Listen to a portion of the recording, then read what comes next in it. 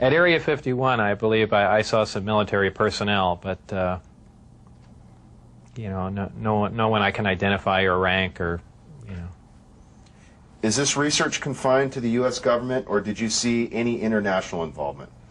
At one time, the Russians were involved, and supposedly there was some breakthrough made by our team, however this project was split up.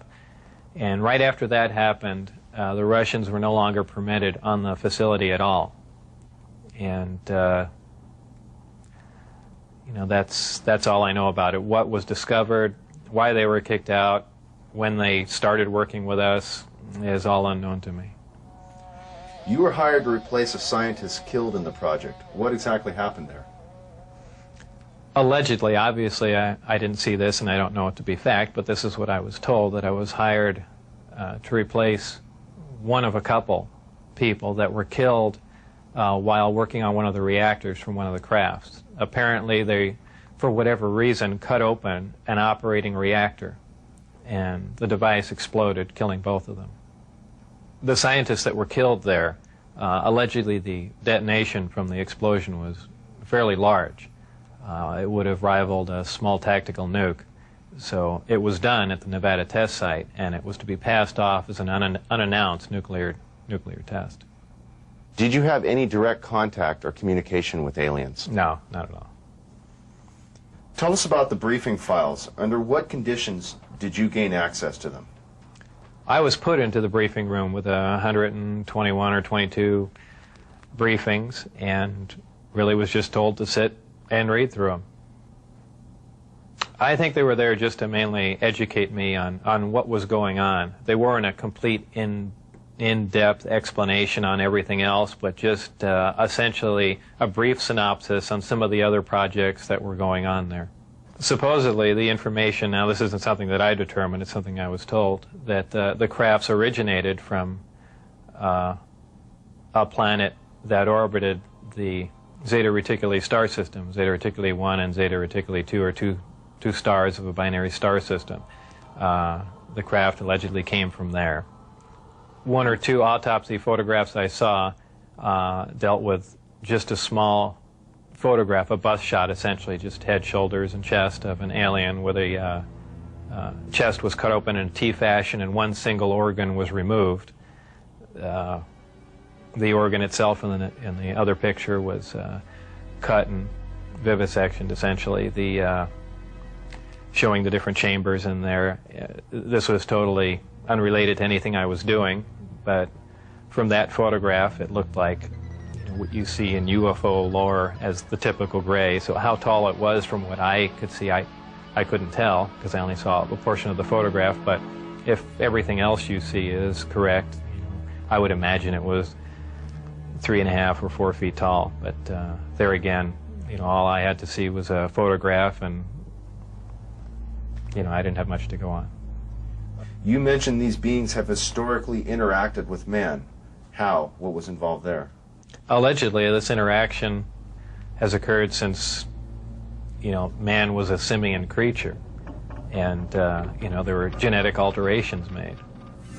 How specifically did the briefings detail how the aliens manipulated our genetics over the centuries?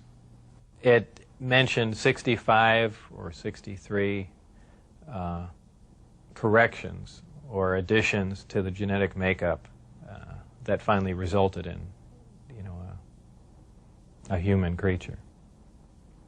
In an earlier interview, you had mentioned you saw what you thought may be an alien. Was it an alien? What did you see? What I had said and all that occurred was I was walking by a door that had a small 9x9 window in it, little wires running through it, and glanced in there, and there were two either technicians, scientists, or whoever they were, looking down at something. And what that something was caught my eye, and I never really did see what it was. A lot of people have asserted, well, there was an alien, and there are aliens working around there, and so on and so forth. I mean, I don't think that was the case. But who knows? I was, you're seeing all these fantastic things, and your mind gets going, and you catch something out of the corner of your eye. Who knows what your mind's going to come up with? So I certainly wouldn't stand on that as fact by any means. What was the incident in 1979 that brought the alien exchange program of information to a halt? Again, this was a story that was relayed to me, and allegedly what happened in '79, there was some sort of information exchange going on where there were actual live aliens at the facility, and at one particular point there was an area where some security personnel went to enter, and apparently because of not the sidearms but the bullets in the sidearms, from what I understand, if they would have entered the area, the bullets would have detonated.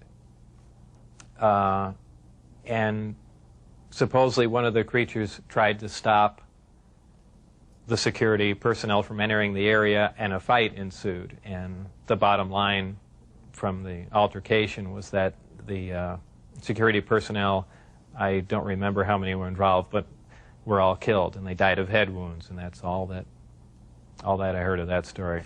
What was your job description at S4? My official job description was a senior staff physicist. I don't know if I actually had that position when I was there, because I was there so infrequently. I wasn't supervising anyone, so that was the official position I was hired under. But whether or not I actually acted in that capacity, I don't know. What was the size of the staff working on Project Galileo? Well, there were 22 people employed there totally. And that was specifically for the Galileo project? No, for the entire project. Oh, I see. There were 22 people with majestic clearance. I had majestic clearance. Majestic clearance was designated as clearance 38 levels above Q clearance, and Q clearance is the civilian top secret clearance. When did you see your first disc? The first disc I saw, I believe it was the second, or I think it was the third time I was up there. Normally the bus pulled around to the opposite end of the facility, which was the main entrance, and that's where we went in. On this particular occasion, it pulled up to one of the hangar doors, which were normally closed, and the last one was open. We came out, and I saw the disc in the hangar. Upon seeing it, it struck me that, well, this explains all the UFO sightings, not thinking that it was an extraterrestrial craft, that this must have been some advanced form of fighter that we've been working on for years, and people have just caught it being tested, so on and so forth. And it never even occurred to me, even though I was looking at an extraterrestrial vehicle, that this wasn't man-made. When did you realize the craft was not of earthly origin? Well, it probably really hit me when I got inside the craft and looked around and began to understand how the craft was operated, and finally grasped the whole project as a whole, as what we were doing, the fact that we weren't building this thing, we were trying to find out how it was made. We were back engineering it. What is back engineering? Well, back engineering is taking a finished product and finding out how the device or product was produced.